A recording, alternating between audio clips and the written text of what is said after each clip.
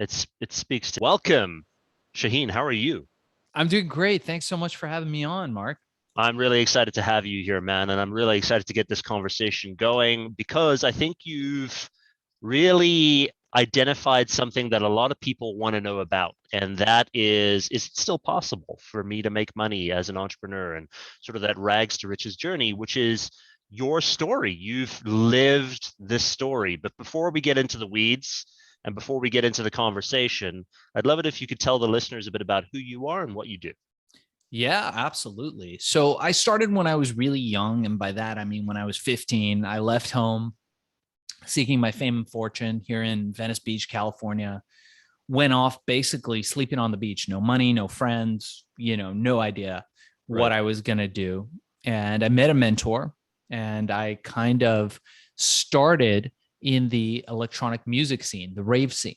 And I started to notice that I could frequent the clubs late at night and I'd be able to sleep behind the speakers. There was something about that repetitive drone of that EDM electronic music that I could just crash. And, these parties would start at 11 o'clock, 12 o'clock, which was perfect. And they would go until the morning hour. So I could just find a spot behind the speakers, manage to sneak into one of these clubs and, hang out a little bit and then crash out. It was great because I didn't have anywhere to live in those days.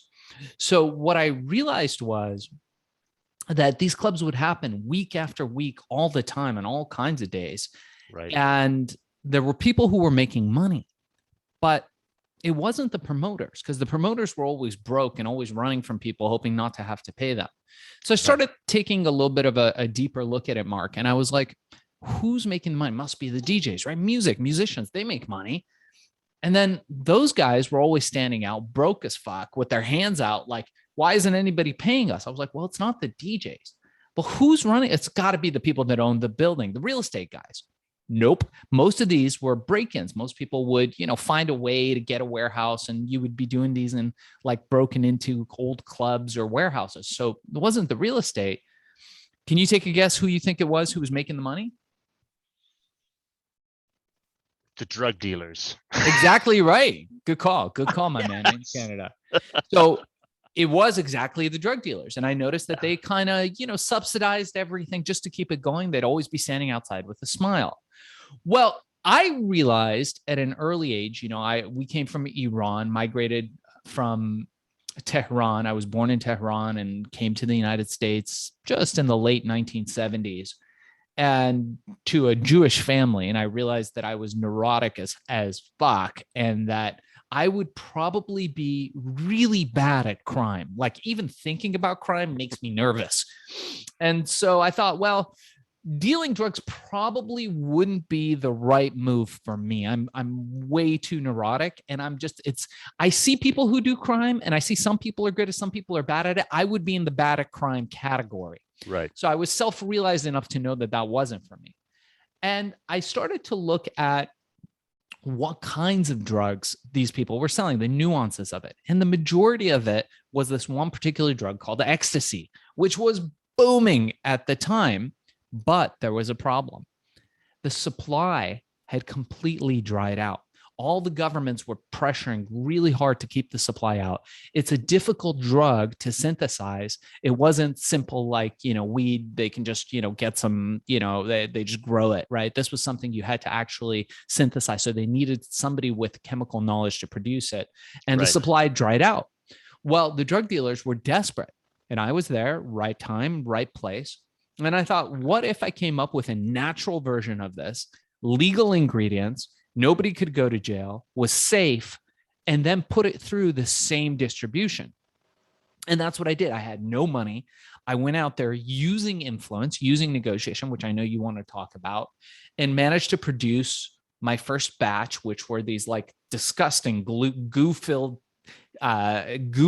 balls. I didn't have a machine to make capsules, so they were just goo balls that we dried using blow dryers. I basically made it in a girlfriend's kitchen in those days. And I took it to the club and I walked up to the first drug dealer I saw, the biggest guy there, and I was like, dude, like you're out of product, sell this. And he said, fuck off. And then I said, yeah, okay, I get that, but maybe give it a shot. And he did. And an hour later, I was looking around the club. Everybody was pointing to me like, that's the man. And this guy came back and he just looked at me and he said, how soon can you get me more? And it was on. And so it went from one guy in a little club in LA to 100 guys, to 1,000 guys, to 10,000 guys, to me having several offices in Venice Beach, employing everybody and their mother, literally, and waking up one day to walk into my office, Mark, to get that the news broke that we had broken $1 billion in revenue. Now, wow. Mind you, Mark, this is pre-internet, pre-social media, before Facebook, before you can Google everything, before any of that stuff. We had broken $1 billion in revenue. And I was freaking the fuck out because I didn't know how much $1 billion was. So they had told me that we had broken $1 billion, and all the news stations wanted to interview me, CNN, MTV, all those channels. And I was thinking, fuck, man, they're going to ask me how much $1 billion is, and I'm not going to fucking know. And so I'm grabbing books. I'm yelling at people who are working for them. They calmed me down. They were like, hey, man, they don't care. They don't care about that. They just want to see the long hair kid. I had long hair in those days. You can see from the cover of my book. I don't know if you can tell, but I had long hair in those days. And I was a little bit of a shit starter. I was a rebellious young kid in his late teens, and we were literally printing money. We were making these pills for 25 cents. We were selling them for $20. It was a cash business. And from there, it was a wild ride. And I write about it in my book called Billion, How I Became King of the Throw Pill Cult. For any of your listeners that are interested, I've got a podcast out by that name, Billion, How I Became King of the Throw Pill Cult. And the first chapter from the book is on there for free. You can check it out. But it tells a wild story of this teenage kid who was effectively sleeping on the beach with no money, going on to creating a $1 billion empire, one of the most successful supplement empires of all time. And that's how I started. It's an incredible journey, man, and an incredible story.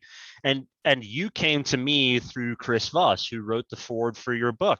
Tell us about that and sort of the experience of working with Chris for that foreword, and what he saw in your story to make him think, man, this guy's got chops when it comes to negotiation. Yeah, Chris is a friend, and a good friend. And also he is a mentor and a hero of mine. He's a guy I look up to. And I remember reading his book, Never Split the Difference, when it came out. And I thought, man, this guy's different, because it's not the old balls negotiating tactics that we know. Chris, obviously, being an FBI negotiator, learned early on that there's a different way to communicate with people. And by using what he calls tactical empathy and really getting yourself under people's skin rather than negotiating from a place where you're on top of them. Very, very Eastern in his philosophy about that. He has become an absolute master of negotiation. So I think it's really interesting. There's a interesting part in my book where I talk about how one day a man showed up in my office with $1 million cash. And then the next day I was on a private jet to Tokyo to meet with some people. I didn't know who they are. And it turned out that it was the Yakuza, and they were demanding ownership of my company. And it was a crazy story. We won't go into it, but for the people that are interested, my book comes out in August, and you guys can check that out.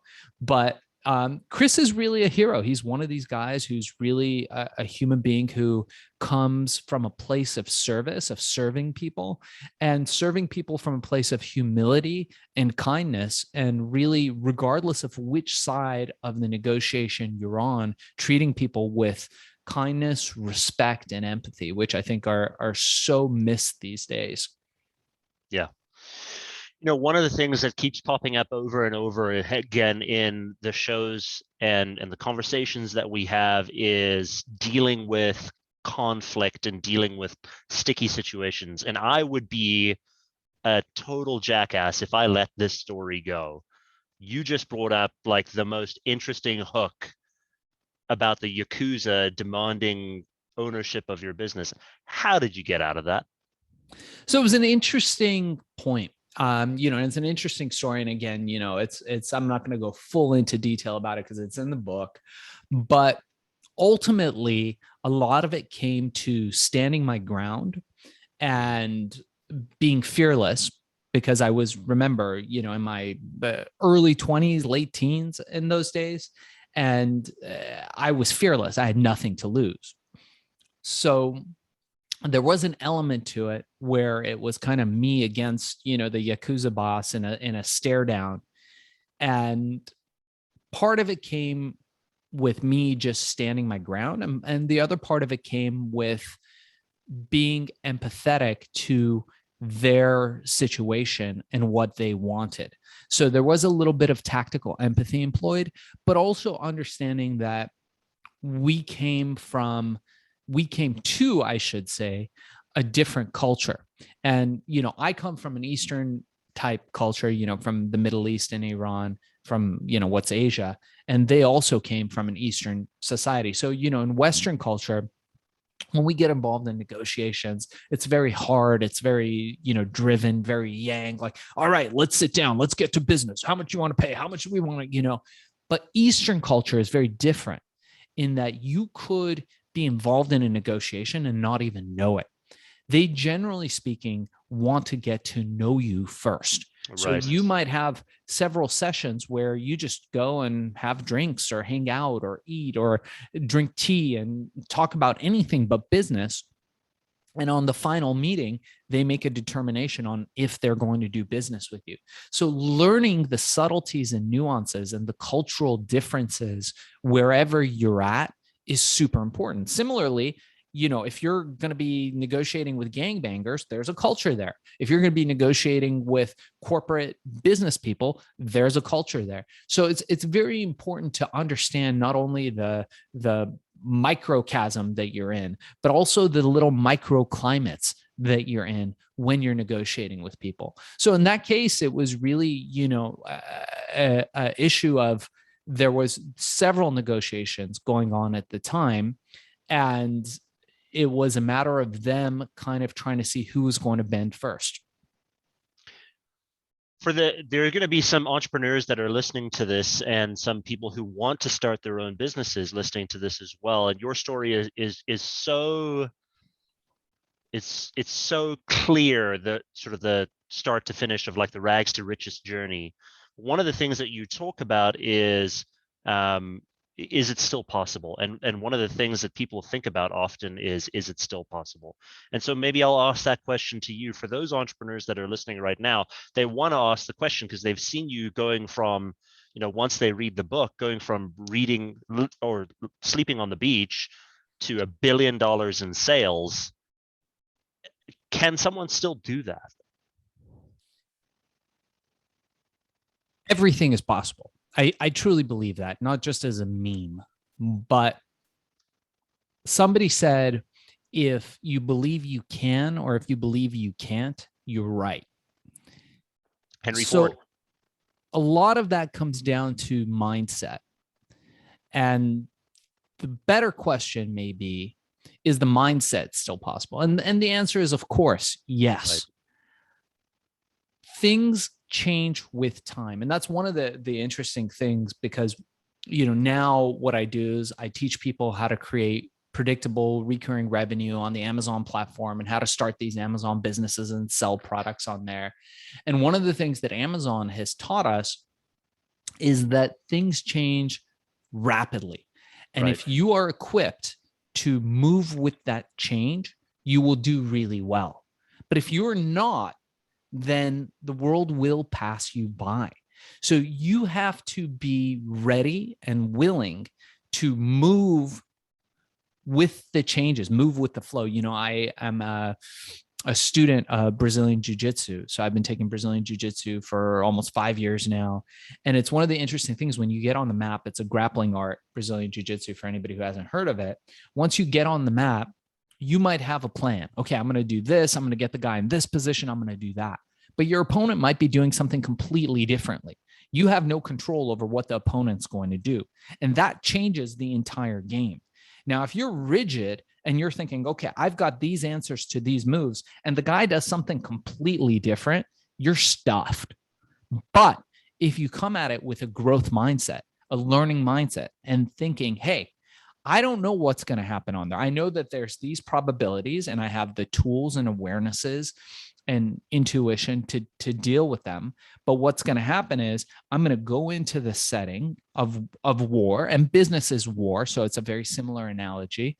And I'm going to watch what happens, watch what's given to me, and adapt. I'm going to be able to be adaptable in any situation. Then you're going to do just fine. Then it doesn't matter. And similarly, in business, you've got to be adaptable. And that's one of the key elements, I think, of grit, of being able to adapt to any situation. Like before our interview here, you and me were talking about the old timey guys like, Thomas Edison or Henry Ford and all these guys. And you look at these guys, and occasionally I'll meet an old man that's kind of cut from that cloth, right? From the old, like Napoleon Hill, kind of like, whatever you think you can do, you can succeed in life as long as your mind is right. And you look at these guys, and they didn't have any of the stuff that we had, but they had adaptability. I bet you anything, you could take one of these guys, put them into a room now, and they would be like, holy fucking shit. They don't know how to turn on a fucking light switch, like one of today's light switches, but they would adapt because they're tough motherfuckers. And that's what you want to do. So when I look at people who come on to my Amazon coaching program, when they call me and they're like, hey, Shaahin, I want to make money on Amazon. One of the criteria we use for if somebody's going to be a fit for us or not is, are you adaptable? Are you planning on going out there and making it be like a casino? Like, hey, I'm going to throw the, chips on these numbers. And if it hits my numbers, great. If not, then I guess this wasn't meant for me. Or are you fucking going to go out there and no matter what it takes, get that win? You're going to make that nail go through that fucking piece of wood. If you're going to use a hammer, a sledgehammer, a shotgun, your wrist, whatever it is, don't use your wrist, but a rock, whatever it is, that nail's going to go through. It might take 1,000 hits. It might take 2 hits, but you're going to make that happen. And if you can do that, yes, you can go from rags to riches.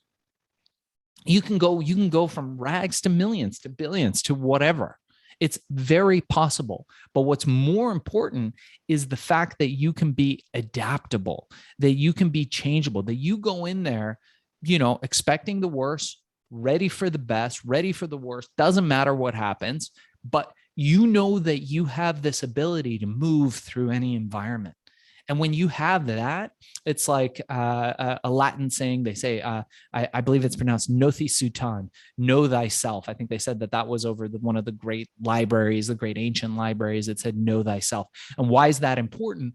Because when you know yourself, you know your weaknesses and you know your strengths, and you know that you're adaptable and gritty and ready to go out there and to do whatever it takes. Be ready to do whatever it takes. You might not have to do whatever it takes to succeed, then the world's your oyster. It's the people who go out there who are like, man, I'm going to do my best. I'm like, fuck your best. You're going to go out there and get it done. Right? I don't want anybody who's going to do their best. Your best is shit. I don't care about your best. I want to know that you're going to get the job done. Right, Mark? So when either one of us hire somebody to come work in our respective businesses, do you want somebody who's going to be like, dude, I need you to do this, this, and this? And they'll be like, well, I'll do my best. Like, fuck that. I don't want somebody who's going to do their best. I want somebody who's going to get the job done. And when you come at it with the mindset of, I'm that motherfucker, I'm going to go in and get the job done, you can be the best in the world. And interestingly enough, look at the great fighters. Look at Mike Tyson. Look at the Gypsy King. Those guys, right? These guys are warriors, and they're not going in going, okay, well, I'm going into this heavyweight bout, and I guess I'm going to do my best. No, fuck that. They're like, I'm going to go in there and I'm going to die, or I'm going to fucking crush that dude. I'm going to knock a motherfucker out. That's what they're going to do. And when they go in with that attitude, you see these cases where they're best in the world. Same with other athletes, same all over the world, same in business. Bezos doesn't go out there to go, well, I'm going to do my best to go to space. He fucking gets in there in that big dick-shaped flying saucer that he's in, and he fucking goes to space. Same with Branson. These guys are out there getting the job done. And that's the mindset you want to be in. You want to be like, you know what? I don't know what it's going to take, but I'm adaptable. I know that the world is changing, and I know that everything changes. Combat is a changeable environment. Like Bruce Lee said, be like water. Why did he say be like water? Well, because water takes the shape of whatever it's in. It's unclear what water is going to be poured in, but if it gets poured in a vase, then it takes the shape of the vase. If it gets spilled on the rock, it goes around the rock. If it hits soil, it gets absorbed in the soil. And if you can master that, the world's your oyster. Yeah, I love that. There are two major themes that I picked up there. One is the adaptability theme, and I love this. This is so key for negotiation as well. Um, it's really important to plan and prepare and have everything done and build your fundamental skill set and all that kind of stuff. But if you're not adaptable to the way that the negotiation moves and shapes, then you'll lose out on a lot of value. In fact, there's an academic, his name's Michael Wheeler, I believe. He's a professor at Harvard. He wrote a book about the implications, or like negotiation is almost like jazz. Good negotiations is almost like jazz music, how some musicians are playing off of each other, and at the end you get this beautiful piece of music, but no one knew what they were getting into prior to that music being played. Yes, they knew what they were doing, they had good fundamental skill sets, they had practiced a great deal, but the music that came out at the end was a result of the back and forth between both parties. To liken that to business and negotiation, I think, is brilliant. And the other thing that you mentioned there was this mindset of being focused about driving towards getting it done. I love that you said your best isn't good enough, because there is something that someone once said, and I can't remember who it is, so forgive me if I quote this. If someone listens to it, that let me know who it is. But they said the best you can do is not all you can do. There's a difference between those two things. Because, for example, if I said to you, get on a pull-up bar and do 5 pull-ups, you may do 2, and that's the best you can do right now. But is it all you can do? If you rest for 5 seconds, maybe you can do another 2. If you rest for another 5 seconds, maybe you can do another 3. And next week, you're going to be able to do 10, right? So the best you can do is not all you can do. So making sure that people understand that yes, you need to try your best, but remember, that's not all you can do. You can do more than that is so key for people to understand when it comes to business and negotiation. Go again, try again, ask again is the key to succeeding in this whole thing. I love what you said there. Your whole deal now is creating these predictable revenue outlets and streams to make sure that people have multiple sources of income so that they can build that. Tell us a little bit about that. So sometime around 2009, 2010, we noticed through the grapevine that Jeff Bezos was opening up the Amazon platform to allow third-party sellers to sell on there. So before then, you could sell books, but you couldn't really sell products on the Amazon platform as a seller like yourself or me or anybody. And Bezos decided, hey, I'm going to open it up. Not only that, allegedly, he went out there and recruited some of Walmart's top fulfillment people. And fulfillment is, when they pick, pack, and ship your product and ship it out to you, and gave them a blank check, allegedly, to start the best distribution system in the world, which is what Amazon is. And so they did. They built out the warehousing. And so now, as a seller, you no longer needed to pack and ship and go to the post office and do all that. You ship your product to Amazon. Amazon will ship it to the end customer, right? Because presumably you're getting your supplement from Amazon, but you're also getting your kids' diapers and you're getting your detergent, and you're getting all the stuff, and Amazon will put it in a box, and there's an efficiency of scale. Well, when they did that, I thought, hey, I was developing a new smart drug, something called Accelerol, which is a brain supplement. I don't think you can get it in Canada, but you can get it here in the States. It's a pretty potent nootropic brain supplement that we were selling at the time. And I thought, hey, this might be a good distribution channel. So I put it up there. I didn't think much of it. Went to sleep, woke up the next morning to thousands of orders. Now, this is a $120 supplement, was like a high-end supplement. And I was like, holy shit, this is it. This is the new game, because they're spending millions of dollars to get eyeballs on my product. And so I made a change, like we're talking about adaptability, and decided to learn everything that I could about mastering the Amazon platform. How do you sell on there? How do you make that search engine, that platform, your tool for selling your products. And so we did, and other people started coming to us. And then, people were like, hey, we want to hire you, but we can't afford you. So we developed a course. And that course is everything you need to know to start an Amazon business and to launch a product and become a seller and to empower yourself to create these predictable recurring revenue streams. And, Mark, for any of your listeners that are interested, we've got a 1-hour course. It's normally $200. I'm just going to give that to them for free. So anybody who wants to reach out to us, let us know that, you heard us on is it Negotiating Ninjas? Is that what it's called? Negotiations Ninja. Yeah.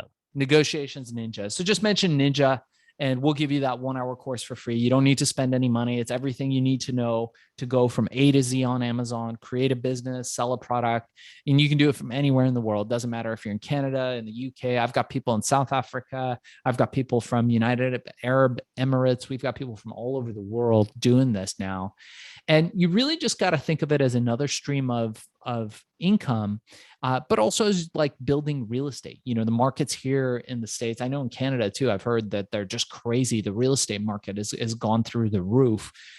And what I tell people is, look, you want one of the pillars, one of the foundations of your financial well-being to be real estate, but you don't want to buy in at the wrong time. Now is an amazing time to be focusing on building that other real estate, your business, your e-commerce business that you can build for the next year or two and turn around and sell for however many millions of dollars sometime in the future. And then take that money when the real estate market is down and invest in cash flow positive real estate, which is one of the ways that wealth was created in this country, was through real estate, climbing the real estate ladder, which is what you want to do. Amazing. Love it, man. This has been such an amazing conversation and you've had such an incredible journey. My guess is that people are going to want to buy this book when it comes out. I think by the time this gets published, it will be out. Will it be available on Amazon, obviously, for people to buy?